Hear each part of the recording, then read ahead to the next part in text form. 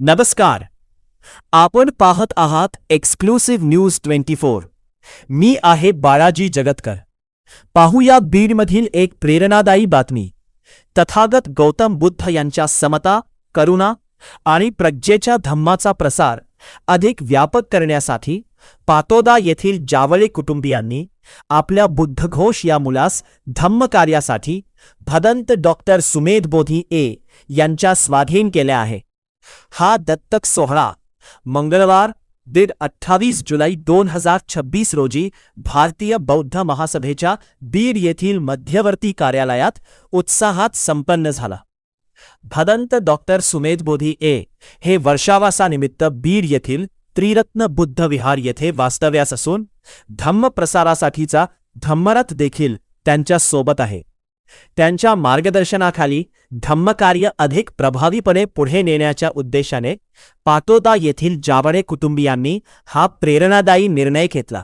या कार्यक्रमास भारतीय बौद्ध महासभेचे बीड तालुकाध्यक्ष राजेंद्र ससाने, तालुका कोषाध्यक्ष गोपीनाथ बनसोडे, सुनील जावळे तसेच बौद्ध उपासक आणि उपासिका मोठ्या संख्येने उपस्थित होते.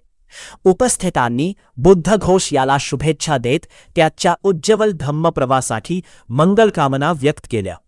यावेळी भदंत डॉक्टर सुमेध बोधी यांनी धम्माचा प्रसार, सामाजिक परिवर्तन आणि मानव कल्याणासाठी तरुण पिढीने पुढे येण्याचे आवाहन केले. धम्मनिष्ठा, समर्पण आणि समाज प्रबोधनाचा संदेश देणारा हा सोहळा उपस्थितांसाठी प्रेरणादायी ठरला. कॅमेरामनसह मी बालाजी जगतकर, एक्सक्लुसिव्ह न्यूज 24 बीड.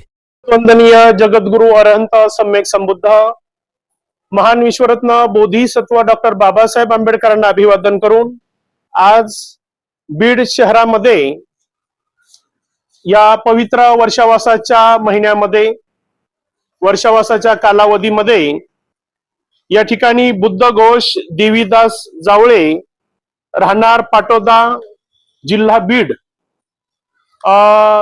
आपण समोर पाहत आहात का ही पाटोदा गावातील ह्या आई आहेत.